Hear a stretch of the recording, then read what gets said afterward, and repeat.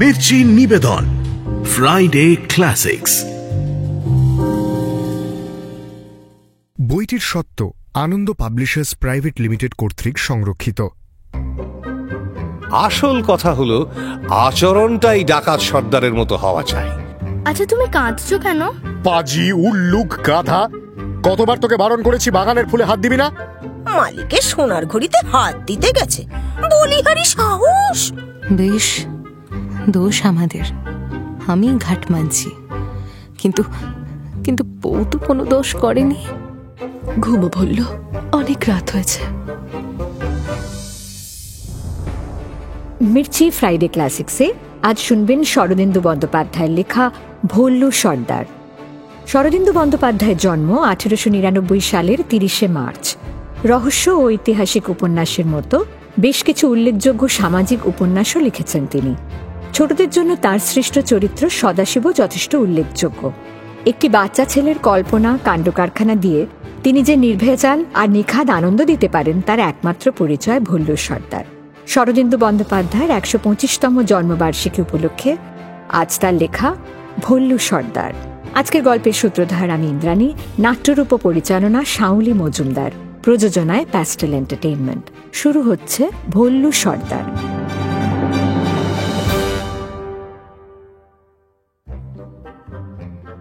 ভল্লুর বয়স 8 বছর। তার কার্যকলাপ দেখে এ বিষয়ে সন্দেহ হলেও কথাটা সত্যি।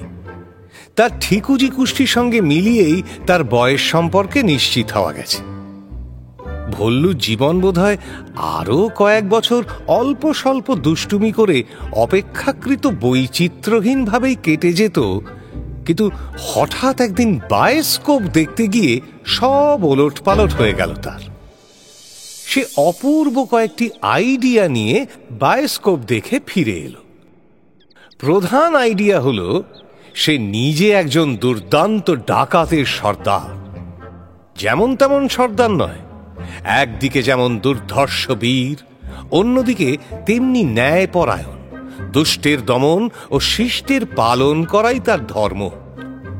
যদিও তার একজোড়া ভয়ঙ্কর গোঁফ নেই, এই এক অসুবিধে। কিন্তু দেখতে গেলে গোঁফ ডাকাতের সর্দারের তেমন একটা অপরিহার্য অঙ্গ নয়, কারণ দারোয়ান ছেদি সিং এর গোঁফ এমনকি গালপাট্টা থাকা সত্ত্বেও তাকে কোনোদিন দুষ্টের দমন কিংবা শিষ্টের পালন করতে ভল্লু দেখেনি। আসল কথা হলো আচরণটাই ডাকাত সর্দারের মতো হওয়া চাই, গোঁফে কিছুই আসে যায় না। গোঁফ না হয় নাই বা দরকার হলো, কিন্তু সর্দার হতে গেলে ডাকাতের দল তো চাই। বায়োস্কোপে সে যে সর্দারকে দেখে এসেছে তার প্রকাণ্ড একটা দল ছিল, আর তারা হুকুম পাওয়া মাত্র নানা ধরনের অসমসাহসিক কাজ করে ফেলত। অত্যাচারী জমিদারের বাড়ি লুট করে তাকে গাছের ডালে লটকে দিত। ভল্লু ভাবে তার তো সেরকম দল নেই। অনুগত অনুচরের মধ্যে 3 বছরের বোন লিলি আর একটা পিংলে কুকুর ছানা গামা। অদূর ভবিষ্যতে এই কুকুর ছানাটি মহাশক্তিশালী হয়ে উঠবে, এই আশাতেই তার ওই রকম নামকরণ করা হয়েছিল। এরা দুজনেই ভল্লুর একান্ত অনুগত বটে, কিন্তু আদেশ পাওয়া মাত্র কোনো অসমসাহসিক কাজ করবে কিনা তাতে যথেষ্ট সন্দেহ ছিল তার। একবার একটা হুলো বেড়ালকে আক্রমণ করার জন্য ভল্লু গামাকে নানাভাবে উত্তেজিত করার চেষ্টা করেছিল, কিন্তু গামা তাতে রাজি হয়নি, বরঞ্চ অত্যন্ত কাতরভাবে ল্যাজ গুটিয়ে উল্টো দিকে পালিয়ে গিয়েছিল। আর লিলি, সে একে মেয়ে মানুষ, তাই দৌড়তে পারে না, দৌড়তে গেলেই পড়ে যায়। তাকে দিয়ে কোনো কাজ হবে না সে কথা ভল্লু জানে। কিন্তু এত বাধা বিপত্তি সত্ত্বেও ভল্লু হতাশ হয়ে পড়ল না। অনুচর না থাকে না থাক, সে একা একাই সর্দার হবে ঠিক করল। যদি তার ডাক শুনে কেউ না আসে সে একলাই চলবে। বায়োস্কোপেও তো ডাকাত সর্দার একা দুর্গের উঁচু দেয়াল ডিঙিয়ে বন্দি থাকা তরুণীকে উদ্ধার করেছিল।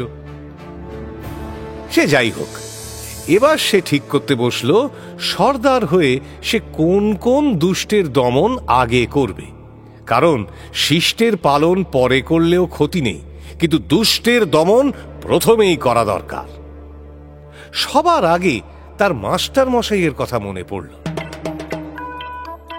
দুষ্টু লোক বলতে যা কিছু বোঝায় সব দোষই মাস্টার মশাইয়ের রয়েছে।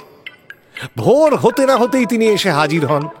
পড়ার বইয়ের প্রতি ভল্লুর অনুরাগ কিছু কমই, বিশেষ করে অঙ্কে সে একেবারেই কাঁচা। তাই 2 ঘন্টা ধরে তার উপর যে দারুণ অত্যাচার উৎপীড়ন চলতে থাকে তা বলাই বাহুল্য। এত বড় অত্যাচারীকে শাসন করা ডাকাত সর্দারের প্রথম কর্তব্য। কিন্তু ভেবেচিন্তে ভল্লু মাস্টার মশাইকে আপাতত ছেড়ে দিল, কারণ তাঁর চেহারাখানা এতই নিরেট আর দেহের দৈর্ঘ্যপ্রস্থ এত বিপুল যে টিনের তলোয়ার দিয়ে তাঁর মুন্ডু কেটে নেওয়া একেবারেই অসম্ভব। তাঁকে দড়ি দিয়ে বেঁধে গাছের ডালে ফাঁসি দেওয়াও ভল্লুর পক্ষে অসম্ভব। তাই ভল্লু বাধ্য হয়েই তাঁকে অব্যাহতি দিল।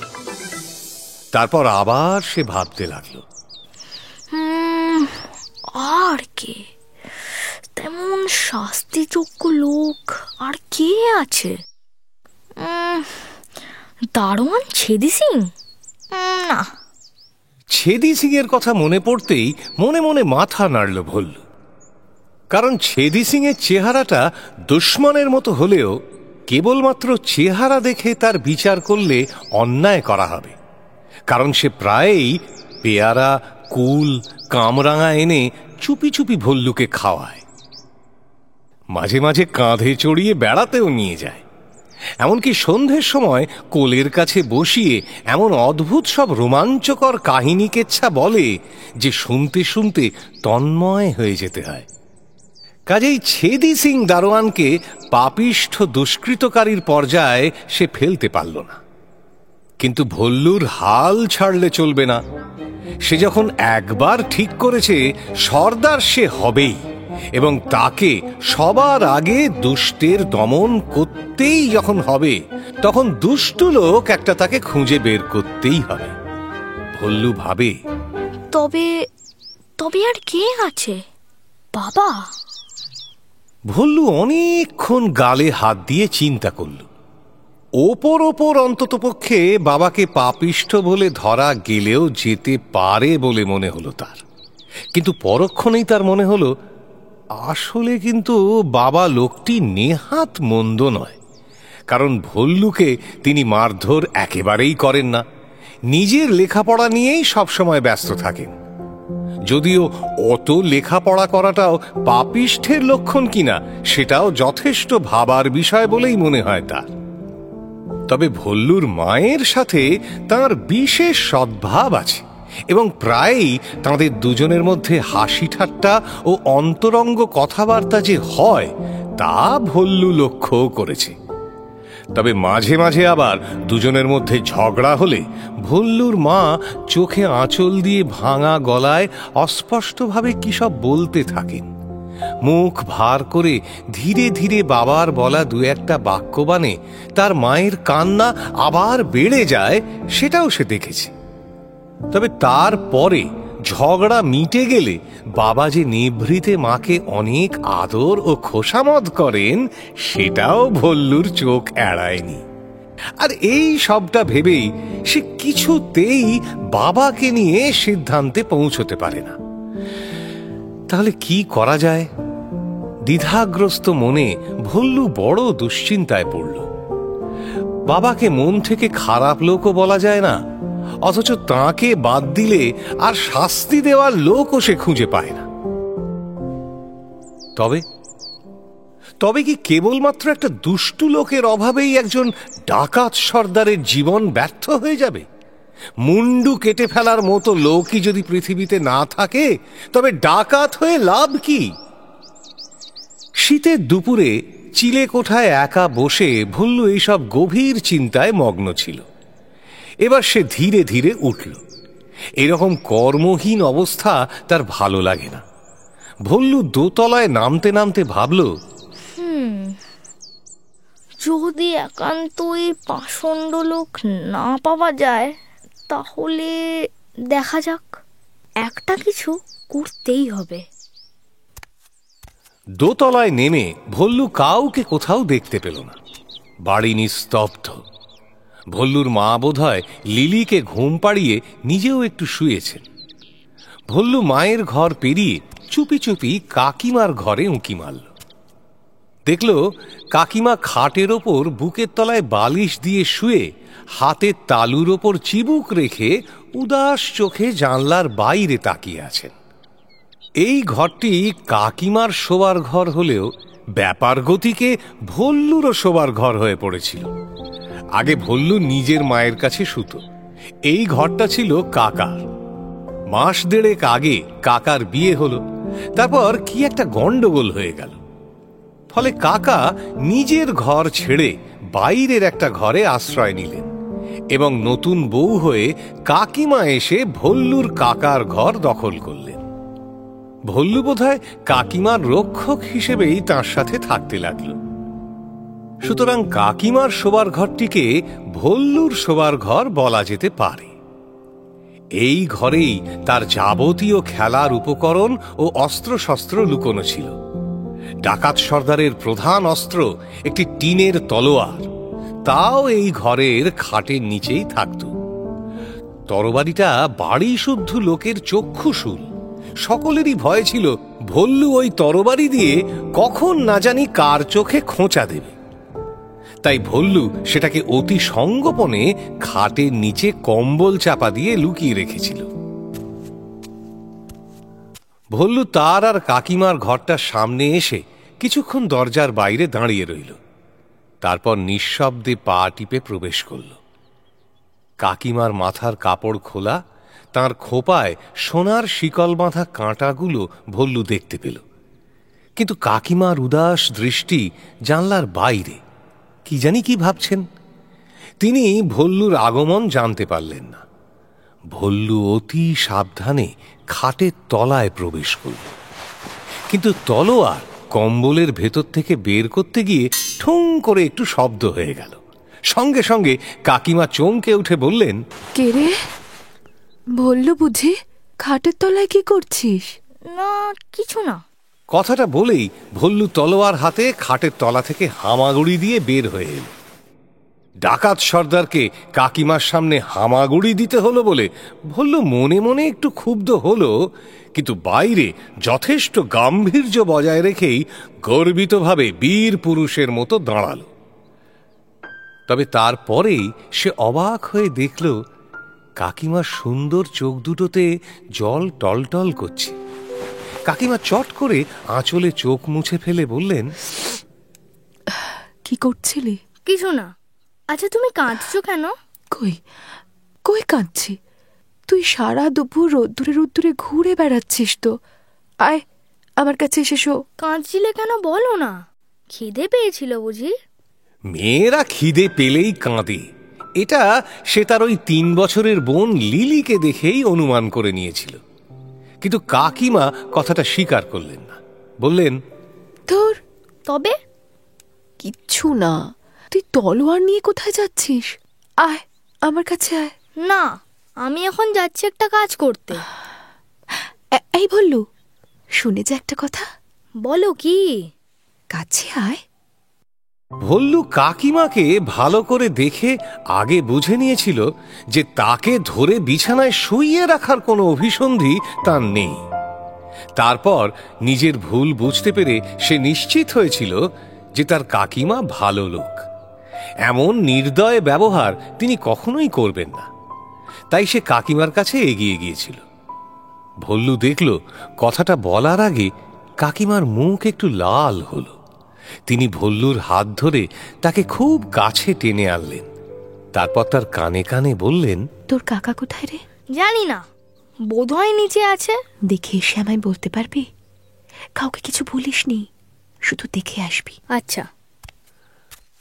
ভল্লু ঘর থেকে বেরিয়ে গেল। এই সামান্য বিষয়ে এত গোপনীয়তার কি কারণ সে বুঝতে পারল না। নিচে নেমে ভল্লু বাইরের দিকে চলল। দেখল বাইরের একটা ঘরে তক্তপোষের ওপর ফরাশ পেতে তার ওপর চিত হয়ে শুয়ে কাকা কড়ি কাঠের দিকে তাকিয়ে আছেন। ভল্লু দু একবার ঘরের সামনে দিয়ে যাতায়াত করল, কিন্তু কাকার ধ্যানভঙ্গ হলো না।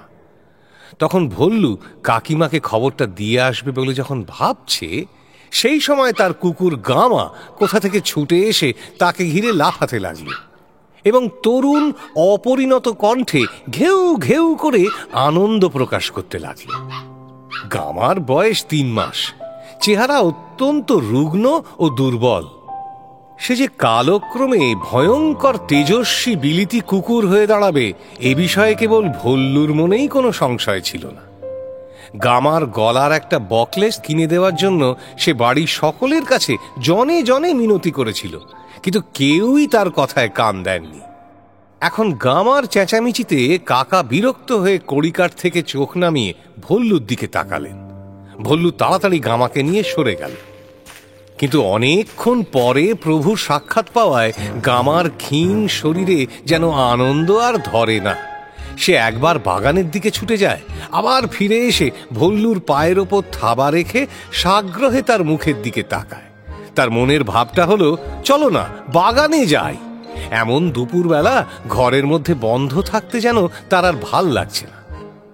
বাগানে ছুটোছুটি করার জন্য সে লাগাতার তার প্রভুর কাছে আবেদন করতে লাগলো। তার প্রভু একটু ইতস্তত করল বটে, কিন্তু শেষ পর্যন্ত গামার আবেদন অবহেলা করতে পারল না ভল্লু। গামাকে নিয়ে বাগানে যেতে যেতে ভল্লু ভাবল, কাকিমাকে কাকার খবরটা পরে দিলেও চলবে, এমন কিছু তারা নেই। তাছাড়া কাকা তো বিশেষ কিছুই করছে না, কেবল চিত হয়ে শুয়ে আছে। এ খবর 2 ঘন্টা পরে দিলেও কোনো ক্ষতি হবে না। বাড়ির সংলগ্ন বাগানটা বেশ বিস্তৃত। মাঝে মাঝে আম, লিচু, গোলাপজামের গাছ, বাকিটা ফুলের গাছে ভরা। বিদেশি মরশুমি ফুলের শোভায় এখন বাগান যেন আলো হয়ে আছে। কোথাও এক রাশ পপি উগ্র রূপের ছটায় মৌমাছিদের আকর্ষণ করছে, কোথাও বা সুইট পির ঝাড় পরস্পর জড়াজড়ি করে সহস্র ফুলের প্রজাপতি ফুটিয়ে রেখেছে। জায়গায় জায়গায় 2-1টা চন্দ্রমল্লিকা কোঁকড়া মাথা দুলিয়ে নিষ্কলঙ্ক শুভ্র হাসি হাসছে যেন। কিন্তু এই সুন্দর ফুলে সাজানো বাগানের দিকে ভল্লুর নজর নেই। তার হাতে তলোয়ার, পেছনে ভক্ত অনুচর। ভল্লু অ্যাডভেঞ্চার খুঁজছে, কিন্তু এই ফুলের মরুভূমিতে সে অ্যাডভেঞ্চার পাবে কোথায়? অতএব বিমর্ষভাবে ভল্লু কয়েকটা ডালিয়া ফুলের পাপড়ি ছিঁড়ে চারিদিকে ছড়িয়ে দিল। কিন্তু কথায় বলে, ইচ্ছে থাকলে কি না হয়। ইচ্ছের জোর থাকলে জগতে কোনো জিনিসই দুষ্প্রাপ্য হয় না। শত্রুও আচমকা এসে দেখা দেয়। অবশ্য কল্পনার জোর থাকা চাই। ভল্লু শত্রুর খোঁজে ঘুরতে ঘুরতে হঠাৎ একটা চন্দ্রমল্লিকা গাছের সামনে এসে উপস্থিত হলো।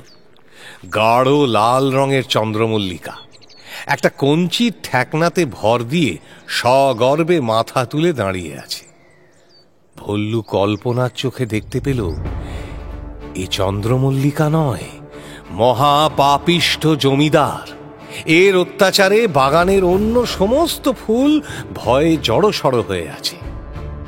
ওর রক্তচক্ষুর সামনে কাছেই একটি পর্তুলাক্কার ফুল বন্দিনী তরুণীর মতো মাটিতে ম্রিয়মান হয়ে পড়ে রয়েছে। উত্তেজনায় ভল্লুর চোখ জলজল করে জ্বলতে লাগলো। সে পায়তাড়া কষে একবার শত্রুর চারিদিক প্রদক্ষিণ করল। তারপর সেটার সামনে তলোয়ার উঁচিয়ে আস্ফালন করে কঠোর স্বরে বলল, ওরে নরাধম! উত্তেজিত হলেই ভল্লুর উচ্চারণ কিছুটা বিকৃত হয়ে পড়ত। তবে নরাধম কোনো জবাব দিল না, কেবল লাল চোখে তাকিয়ে রইল। গামা উৎসাহিতভাবে বলে উঠল, ওরে নরাধম, তুই জানিস আমি কে? আমি ভল্লু সর্দার, তোর জম। কিন্তু এত বড় দুঃসংবাদেও নরাধম এবারেও বিন্দুমাত্র বিচলিত হল না। শেষে ভল্লুই গর্জে উঠে বলল, পাজি উল্লুক গাধা, এই তোর মুন্ডু কেটে ফেললুম। আর কথাটা বলেই সবেগে তলোয়ার চালালো। দুর্বিনীত নরাধমের মুন্ডু কেটে মাটিতে পড়ল। ভল্লু! সঙ্গে সঙ্গে পেছন থেকে গরুগম্ভীর ডাক শুনে ভল্লুর খাত্রতেজের উত্তাপ এক মুহূর্তে নিভে গেল।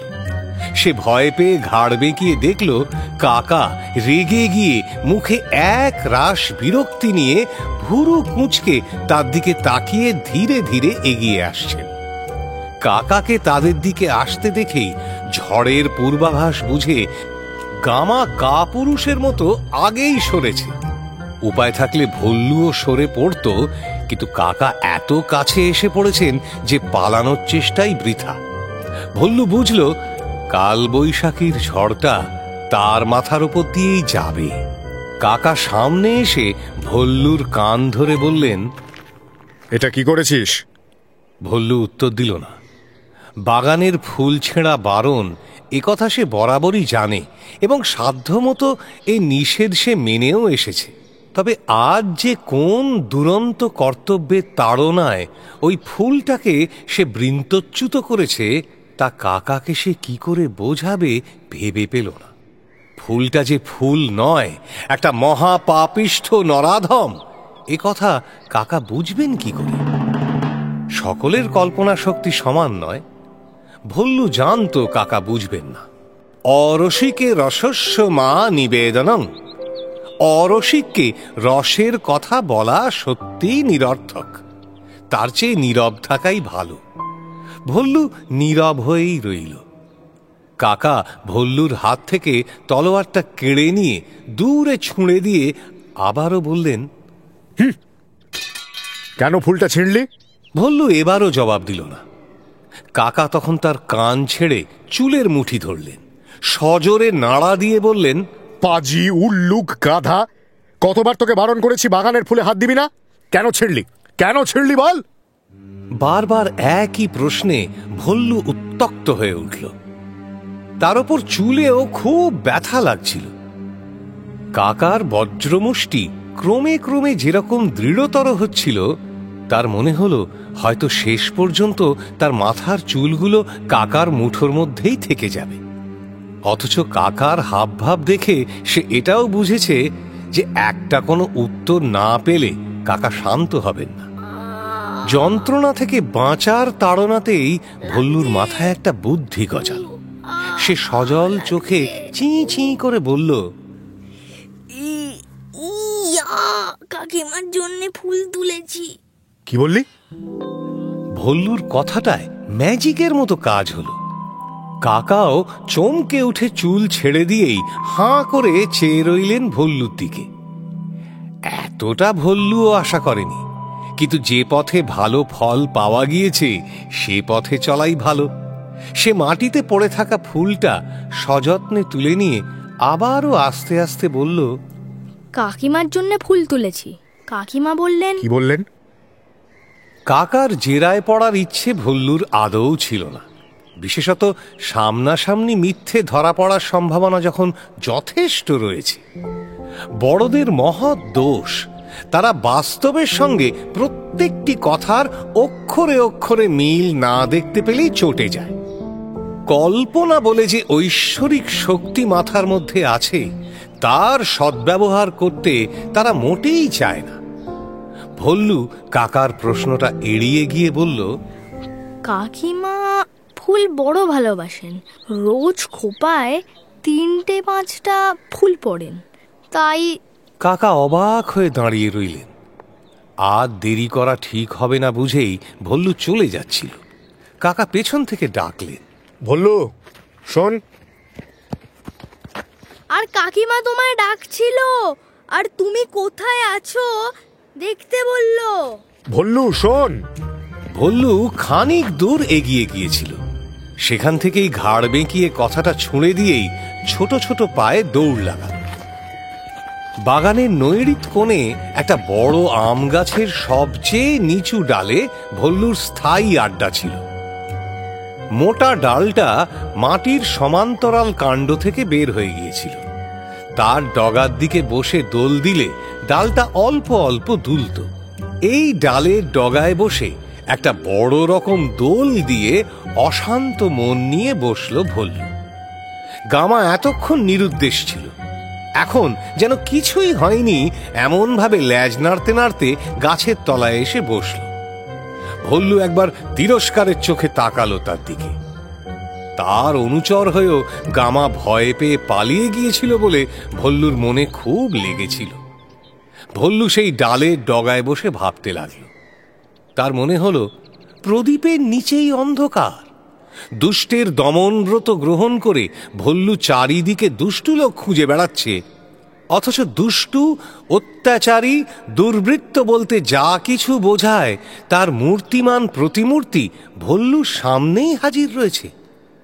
এতক্ষণ এটা সে দেখতে পায়নি কেন কে জানে।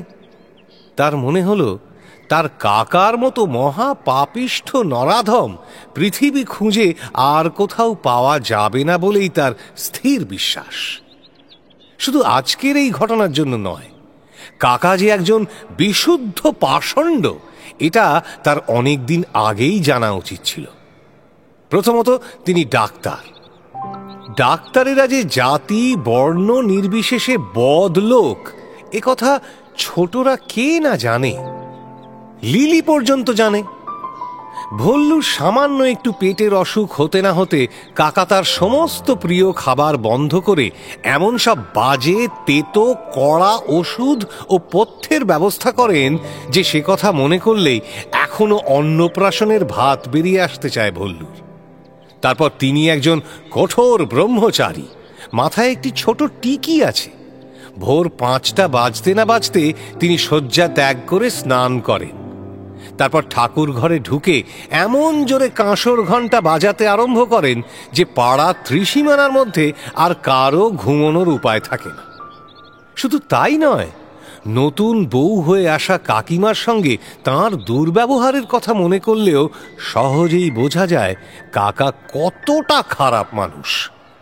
তার কর্তব্য, নৈতিকতা বলে যে কিছুই নেই সেই সম্বন্ধে আর সন্দেহই থাকে না। বিয়ের আগে বাড়ি শুদ্ধ লোকের সাথে কাকার কথা কাটাকাটি, বকাবকি চলেছিল, এ কথা ভল্লুর বেশ মনে আছে। তারপর শেষ পর্যন্ত কাকা হাঁড়ির মতো মুখ করে বিয়ে করতে গেলেন, কিন্তু বিয়ে করে এসে তিনি অন্দরমহলে যাওয়া একেবারে ত্যাগ করেছেন। এই নিয়ে বাড়িতে অশান্তির শেষ নেই। ভল্লুর মার সাথে তার কাকার প্রায়ই বাগবিতণ্ডা হয়। কাকা বায়োস্কোপের দুষ্টু জমিদারের মতো তির্যক হাসি হেসে বলেন, আমি তো আগেই বলে দিয়েছিলাম। অথচ ভল্লু জানে তার কাকিমা খুব ভালো মানুষ। এতদিন তার সাথে ঘনিষ্ঠভাবে মিশে ভল্লুর তা বুঝতে বাকি নেই। লজেন্স কেনার জন্য পয়সার প্রয়োজন হলেও তিনি চুপি চুপি তাকে পয়সা দেন। এমনকি চোরাই মাল তাঁর কাছে গচ্ছিত রাখলে তিনি কাউকে বলেও দেন না। একবার কতগুলো ডাঁসা কুল ও কাসুন্দি তাকে রাখতে দিয়েছিল ভল্লু। একটা কুল বা এক বিন্দু কাসুন্দিও আত্মসাৎ করেননি কাকিমা। এমন গুণবতী নারী আজকালকার দিনে কোথায় পাওয়া যায়? অন্তত ভল্লুর জানাশোনার মধ্যে এমন আর দ্বিতীয় নেই। এত ভালো কাকিমাকে কাকা অবহেলা করেন। আর শুধু অবহেলা করলেও ক্ষতি ছিল না, উপরন্তু তিনি কাকিমার উপর যে অন্যায় অত্যাচার করেন তাও সহজেই বোঝা যায়। আগে দু একবার কাকিমাকে বালিশে মুখ গুঁজে ফুঁপিয়ে কাঁদতে শুনে ভল্লুর ঘুম ভেঙে গিয়েছে। আজ সে কাকিমার চোখে জল দেখেছে। এসব কি মিছিমিছি? ভল্লুর দৃঢ় ধারণা জন্মালো কাকা সুযোগ পেলেই এসে কাকিমার কান মোলে চুল ধরে ঝাঁকানি দিয়ে যান, নয়তো কাকিমা অকারণে কাঁদবেন কেন? যেদিক দিয়েই দেখা যাক, কাকার মতো দুর্নীতিপরায়ণ দুষ্টু লোক আর নেই। দুষ্টের দমন ব্রত পালন করতে হলে আগে কাকাকে দমন করতেই হবে। কিন্তু প্রশ্ন হলো, সে দমন করবে কিভাবে? ভল্লু ভাবে, দড়ি দিয়ে বেঁধে গাছে ঝুলিয়ে দেওয়া বা তরোয়াল দিয়ে মুন্ডুচ্ছেদ করা কিছুতেই সম্ভব নয়। আমার জীবনের সব সুখ শান্তি তাহলে চিরকালের জন্য নষ্ট হয়ে যাবে। শেষে কাকা হয়তো রেগে গিয়ে আমাকে সারা জীবন ধরে ভাত ডালের বদলে কাঁদালের ঝোল আর ওই বোতলের তেতো ওষুধ খাওয়ানোর ব্যবস্থা করবে। না, সেটা করে লাভ নেই। তাহলে কি করা যায়? ভাবতে থাকে ভল্লু। এক মনে কাকাকে জব্দ করার উপায় ভাবতে থাকে সে। অনেকক্ষণ চোখ মুখ কুঁচকে চিন্তা করেও কাকাকে জব্দ করার কোনো সহজ রাস্তাই আবিষ্কার করতে পারে না সে। শেষে ডাল থেকে নেমে চিন্তা করতে করতে ভল্লু ধীরে ধীরে বাড়ির দিকে চলল। গামা এতক্ষণ গাছের তলায় লম্বা হয়ে ঘুম দিচ্ছিল, এখন উঠে ডন দেবার ভঙ্গিতে আলস্য ভেঙে প্রভুর অনুগামী হল। সেই চন্দ্রমল্লিকা ফুলটা এতক্ষণ ভল্লুর হাতেই ছিল। অন্যমনস্কভাবে সে তার গোটা কয়েক পাপড়ি ছিঁড়ে ফেলেছিল, তবু ফুলের সৌন্দর্য একেবারে নষ্ট হয়ে যায়নি। বাড়িতে পৌঁছে ভল্লু কিছুক্ষণ উদাসীনভাবে তার দিকে তাকিয়ে রইল। তারপর অনিচ্ছা নিয়েই কাকিমার ঘরের উদ্দেশ্যে চলল। বাড়ি তখনও নিঃশব্দ, সবাই বিশ্রাম নিচ্ছে। কাকিমার দরজা পর্যন্ত পৌঁছে ভল্লু থমকে দাঁড়িয়ে পড়ল। কাকার কণ্ঠস্বর। কাকা চাপা অথচ উদাস স্বরে কথা বলছেন। ভল্লু দরজার বাইরে দেয়ালের সঙ্গে একেবারে সেঁটে গিয়ে শুনতে লাগল। কাকা বলছেন, সংসারে আমার রুচি নেই, আমি একলা থাকতে চাই। ছোটবেলা থেকেই প্রতিজ্ঞা করেছিলাম স্ত্রীলোকের সংসর্গে আসব না, কারণ দেখেছি যারা স্ত্রীলোকের প্রলোভনে পড়ে সংসারে জড়িয়ে পড়েছে তাদের দ্বারা আর কোনো বড় কাজ হয় না। তবে বিয়ে করেছিলে কেন? দাদা আর বৌদির কথা এড়াতে পারলুম না, তাই বিয়ে করতে হয়েছে। তাদের সঙ্গে শর্ত ছিল যে বিয়ে করেই আমি খালাস, তারপর আমার আর কোনো দায়িত্ব থাকবে না। কিন্তু এখন দেখছি তাঁরা আমায় ঠকিয়েছেন, শর্তের কথা তাঁদের মনে নেই। কিন্তু সে যাক, একটা কথা তোমায় বলে দিই, মনে রেখো, আমার কাছে তোমার কোনোদিন কিছুর প্রয়োজন হবে না। সুতরাং আমাকে ডাকাডাকি করে মিছে উত্ত্যক্ত করো না। আমি তো তোমাকে ডাকিনি। ভল্লু দেখল তার এবার সেখান থেকে সরে পড়ার সময় এসে গেছে, নইলে সে এবার বিপদে পড়বে। অতএব সে ধীরে ধীরে নিচে চলল। তার সামান্য একটা কথার সূত্র ধরে কাকা কাকিমাকে বকা দিচ্ছেন। এখনই হয়তো সাক্ষী দেওয়ার জন্য তার ডাক পড়বে। কাকার মতো খারাপ লোকের কাছ থেকে দূরে থাকাই নিরাপদ। সিঁড়ি দিয়ে নামতে নামতে ভল্লু শুনতে পেল তার মা নিজের ঘর থেকে বের হয়ে কাকাকে উদ্দেশ্য করে বলছেন, ও মা, এ কি গো, সন্ন্যাসী ঠাকুর একেবারে বউয়ের ঘরে ঢুকে পড়েছে যে। নিচে নেমে ভল্লু দেখল বাড়ির ঝি বামা ভীষণ চেঁচামেচি শুরু করে দিয়েছে। ও একগাছা ঝাঁটা নিয়ে গামাকে চারিদিকে খুঁজে বেড়াচ্ছে। কোথায় গেল গামা? গেলটা কোথায়? ওই বেটা গামার একদিন কি আমার একদিন। আমি দিব্যি ভাড়ার ঘরের দাওয়ায় রোদ্দুরে শুয়ে ঘুমোচ্ছিল, মুখখানা হা হয়েছিল বুঝি। এর মধ্যে বেটা গামা কোত্থেকে এসে আমার মুখের ভেতরে জিভ ঢুকিয়ে আলজিভ অব্দি চেটে দিয়ে গেছে। অত ছাড়া কুকুর, পাই আজ তোকে হাতের সামনে, তোকে আমি দেখাচ্ছি মজা। গেলটা কোথায়? ওই বেটা গামা গেলটা কোথায়? বামা গামার উদ্দেশ্যে যেসব বিশেষণ নিক্ষেপ করছে তা শুনলে কুকুরেরও কান লাল হয়ে ওঠে।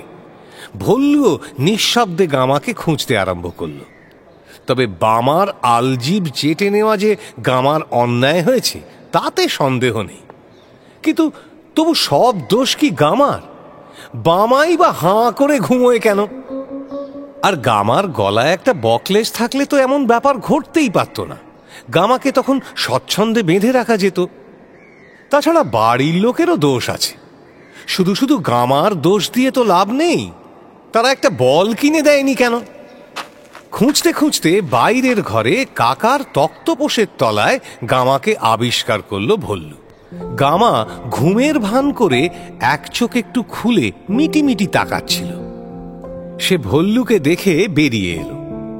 ভল্লু গামার কান মলে দিয়ে শাসন করে চাপা স্বরে বলল, পাজি কোথাকার, আমার মুখ এঁঠো করে দিয়েছিস কেন?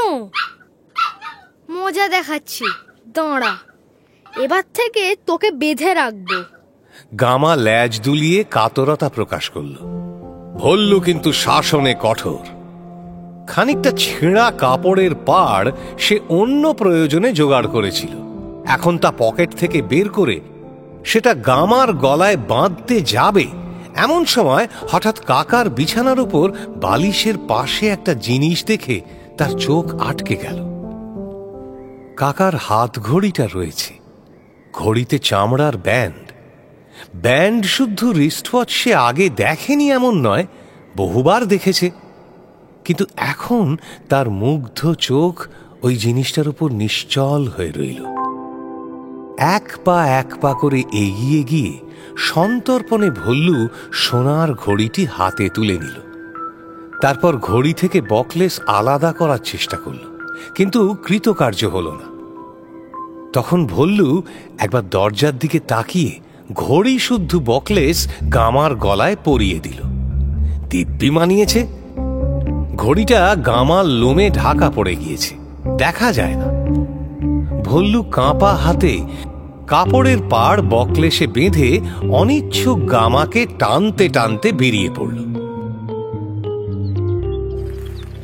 কাকা তখনও ফেরেননি, বোধহয় মার সাথে তর্ক করছেন। এই অবসরে ভল্লু বাগান অতিক্রম করে রাস্তায় গিয়ে পড়ল। ভল্লু যখন গামাকে নিয়ে বেরিয়ে বাড়ি ফিরল, তখন সন্ধে উত্তীর্ণ হয়ে গিয়েছে। ঘোরাঘুরির ফলে খুব খিদে পেয়েছিল। ভল্লু গামাকে একটা নিরিবিলি জায়গায় বেঁধে রেখে বাড়ির ভেতর প্রবেশ করল। বাড়িতে ঢুকতেই মাংস রান্নার সুগন্ধ তার নাকে প্রবেশ করল। সে শটান রান্নাঘরে গিয়ে বলল, মা, খিদে পেয়েছে বলে একটা পিঁড়ি পেতে বসে গেল। মা মাংস ও রুটি তার সামনে ধরে দিলেন।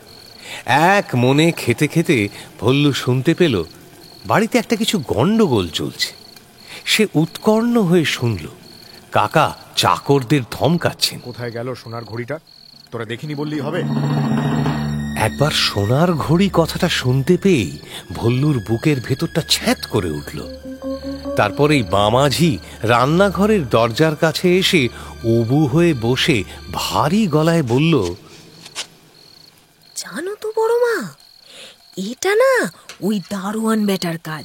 আমি বলে দিলুম বড় মা, তুমি মিলিয়ে নিও। ও ছাড়া এত বুকের পাটা আর কারো নেই গো।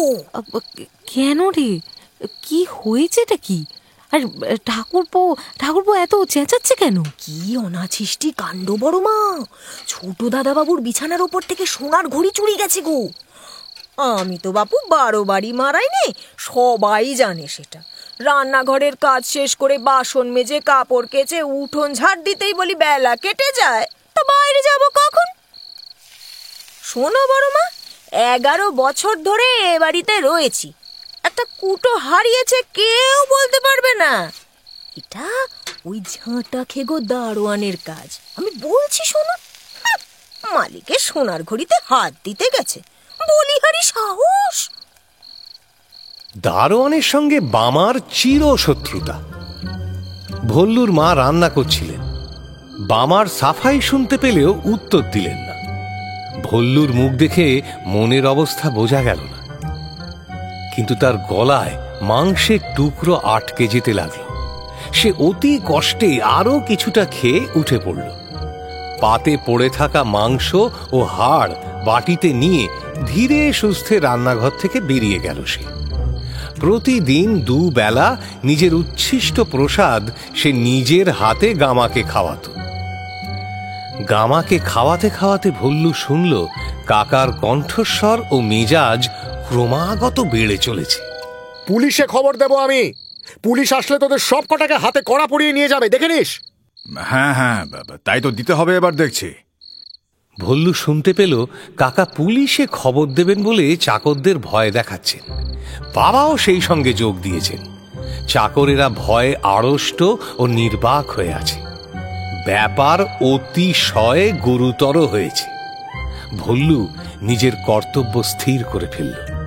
গামার খাওয়া শেষ হলে সে তাকে নিয়ে গুটি গুটি কাকার ঘরের দিকে এগিয়ে গেল। ওদিকের বারান্দায় চেঁচামেচি চলছে, এদিকে কেউ নেই। ভল্লু এপাশ ওপাশ তাকিয়ে কাকার ঘরে ঢুকে পড়ল। ঘরটা অন্ধকার। ভল্লু অন্ধকারে লুকিয়ে তাড়াতাড়ি গামার গলা থেকে ঘড়ি ও বকলেস খুলে ফেলার চেষ্টা করল, কিন্তু বকলেস গামার গলায় এঁটে গিয়েছে। বোধহয় মাংস খেয়ে গামা মোটা হয়ে গেছে। ভল্লু অনেক চেষ্টা করেও বকলেস খুলতে পারল না। যতই তাড়াতাড়ি খোলার চেষ্টা করে ততই হাত জড়িয়ে যায়। এদিকে সময় খুব কম, এক্ষুনি হয়তো কেউ ঘরে এসে ঢুকবে। দাঁড়াও না, পুলিশকে আসতে দাও দাদা। দেখবে তখন যে নিয়েছে সে ঠিক বাপ বাপ করে বলে দেবে, চুরি করা বেরিয়ে যাবে। ত্রস্ত ভল্লু কি করবে ভাবছে, এমন সময় খুব কাছে কাকার গলা শুনে সে চমকে উঠল। সর্বনাশ! মুহূর্তের মধ্যে সে গামাকে তুলে কাকার বিছানায় লেপের তলায় চাপা দিল। তারপর ঘরের সবচেয়ে অন্ধকার কোণে গিয়ে দাঁড়াল। কিছুক্ষণ রুদ্ধশ্বাসে কেটে গেল। কাকা কিন্তু ঘরে প্রবেশ করলেন না, বকতে বকতে অন্যদিকে চলে গেলেন।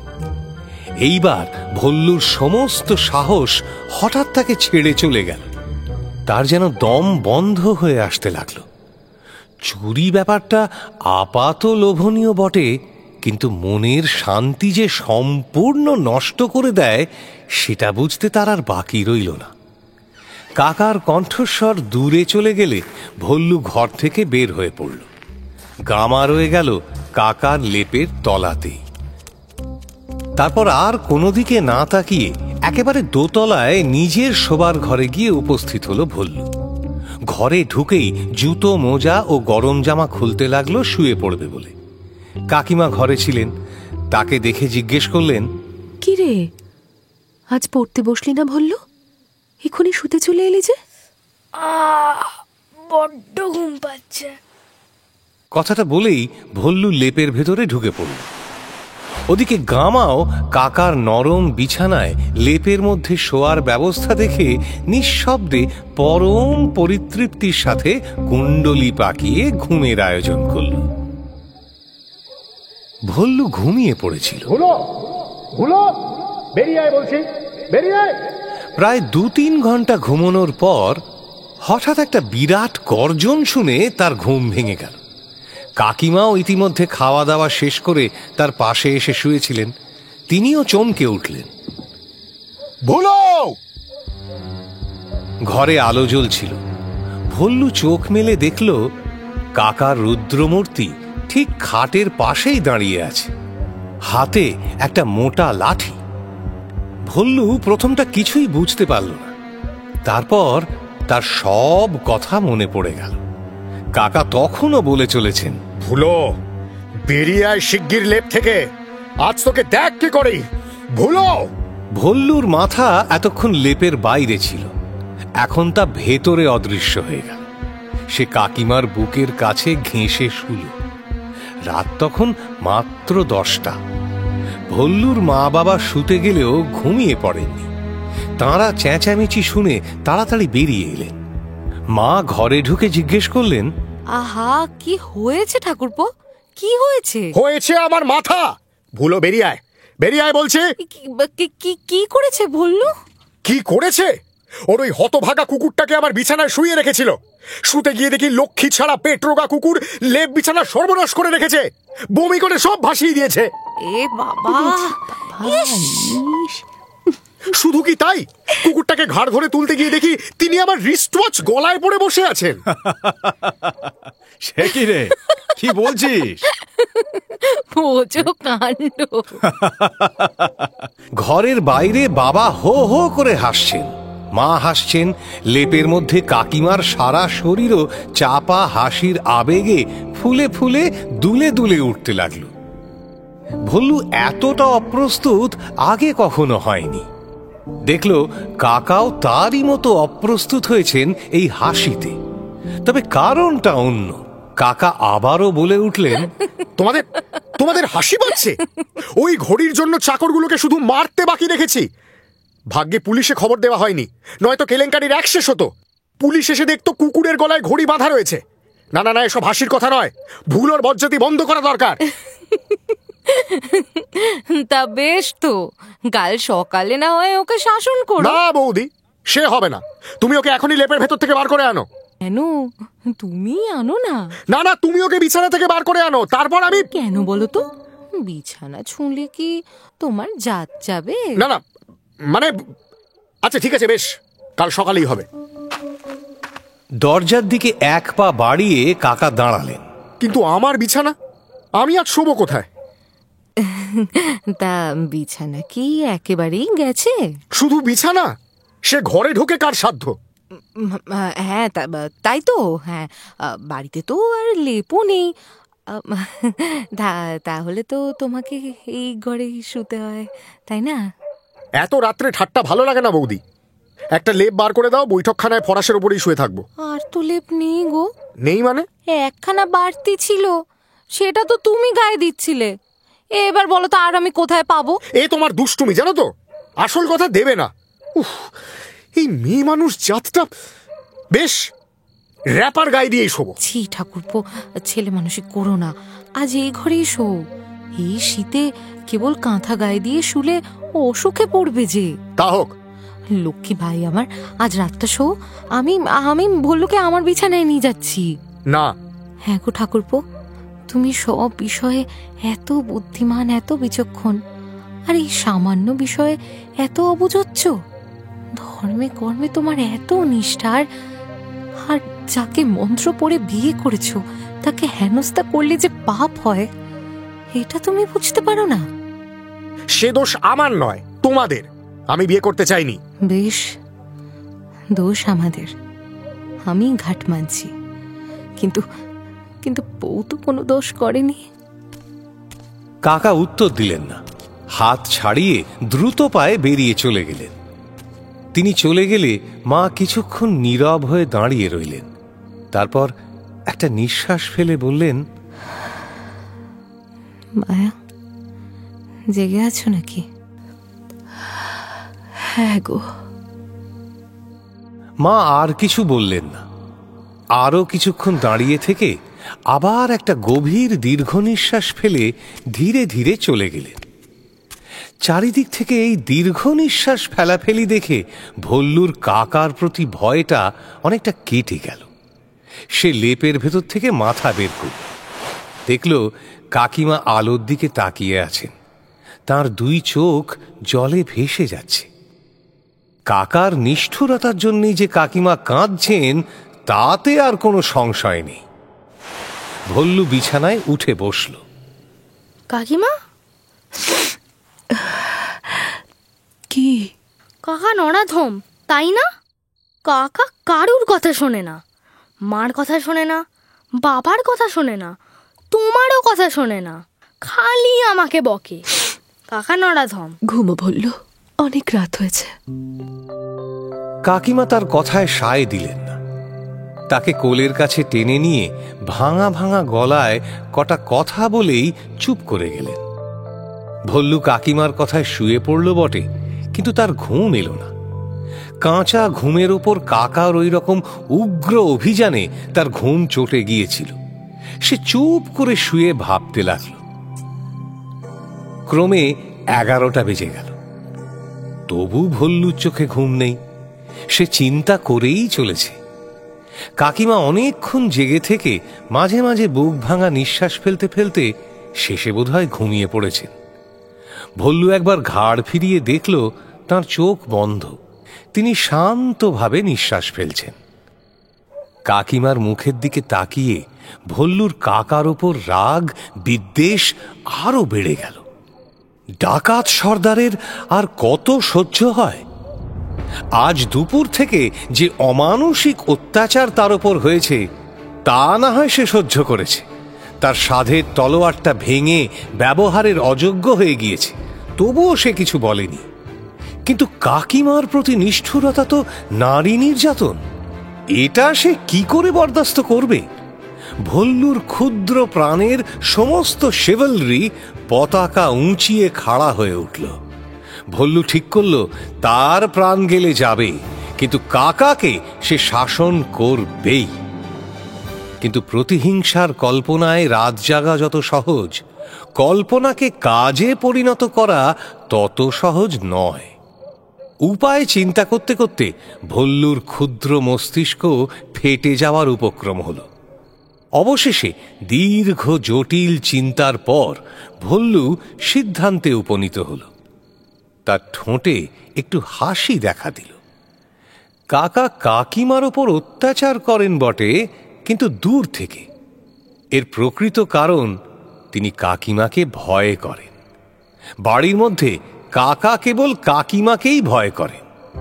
প্রমাণ, কাকিমা এ বাড়িতে আসার পর থেকে কাকা নিজের ঘর ছেড়ে পালিয়েছেন।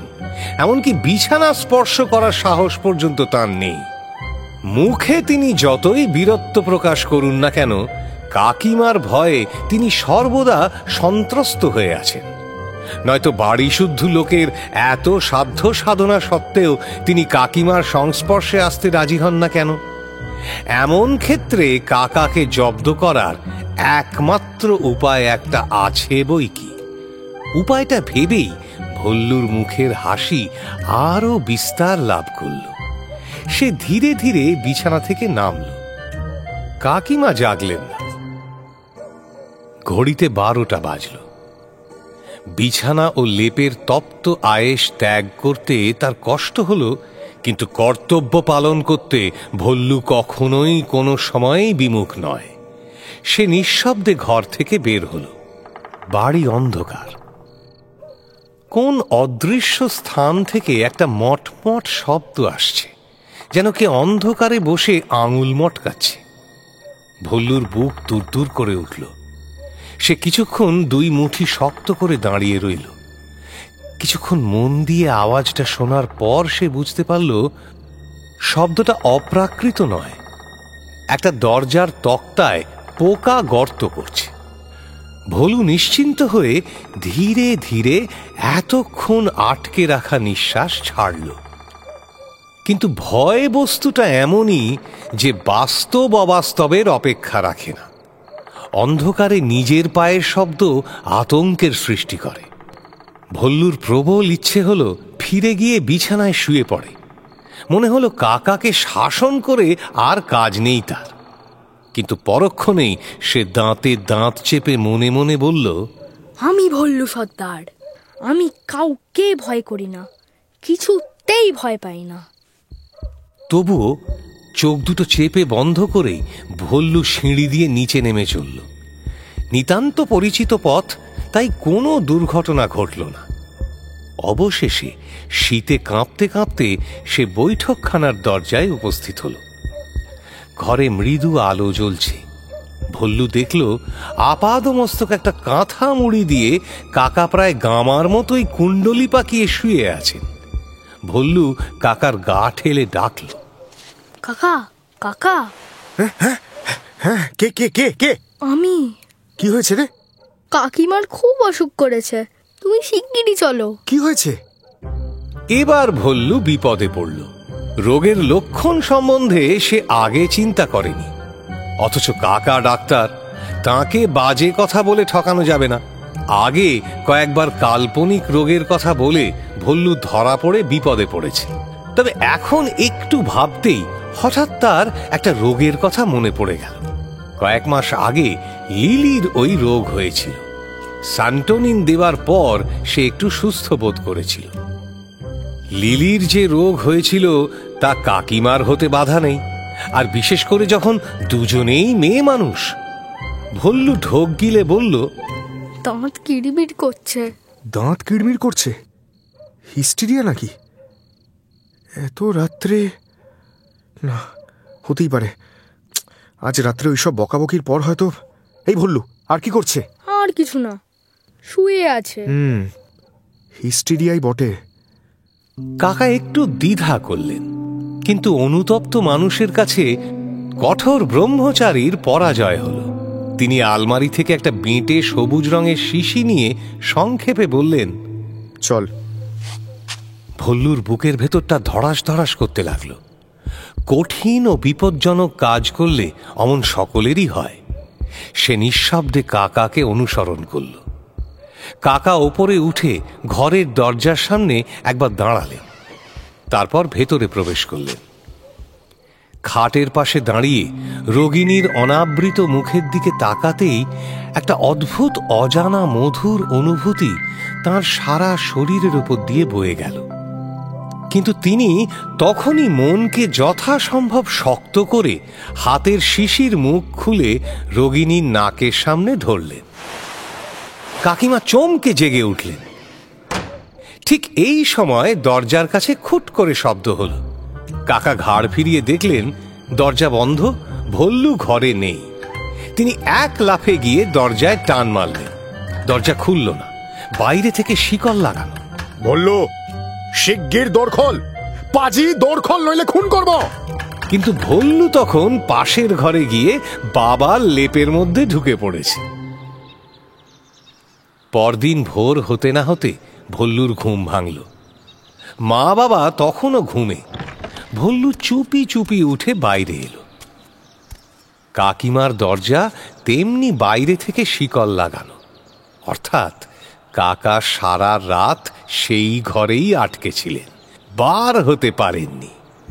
বিজয় গর্বে ভল্লু সর্দারের মুখ উৎফুল্ল হয়ে উঠল। সে নিজের মনে একবার কিরাত নৃত্য নেচে নিল। ভবিষ্যতে তার ভাগ্যে যা আছে তা তো আছেই, তাই বলে বর্তমানের বিজয়োল্লাস তো আর দমন করে রাখা যায় না। কিন্তু কাকা কেমন নির্যাতন ভোগ করছেন সেটা নিজের চোখে দেখার লোভও সে সংবরণ করতে পারল না। জানলায় একটা ছোট ছিদ্র ছিল, ভল্লু তাতে চোখ লাগিয়ে উঁকি মারল। যা দেখল তাতে স্তম্ভিত হয়ে চোখ পাকিয়ে ভল্লু সরে এলো।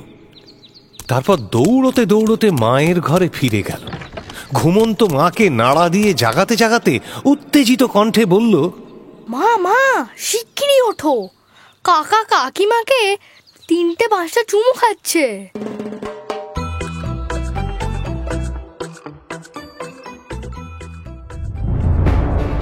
শুনলেন ভল্লু সর্দার, রচনা শরদিন্দু বন্দ্যোপাধ্যায়, গল্প পাঠে শেখর, কাকা অগ্নি, ভল্লু আর্য আরণ্যক সরকার, কাকিমা দেবশ্রী মুখার্জি, বাবা স্নেহাদ্রি শেখর দাস, মা সুপ্রজা সাহা, বামা সঙ্গীতা গাঙ্গুলি। নাট্যরূপ ও পরিচালনা শাওলি মজুমদার, নাট্যরূপ সহায়তায় বর্ষা, আবহ সঙ্গীত ও ধ্বনি পরিকল্পনা সত্যজিৎ সেন, শব্দ মিশ্রণ সব্যসাচী মুখার্জি, প্রচার অলঙ্করণ সৌম্যদীপ গুঁই, প্রযোজনায় প্যাস্টেল এন্টারটেইনমেন্ট, সমগ্র পরিকল্পনায় ইন্দ্রাণী। মির্চি ফ্রাইডে ক্লাসিক আপনার জন্য exclusively Mirchi Bangla YouTube channel এবং গানা অ্যাপে।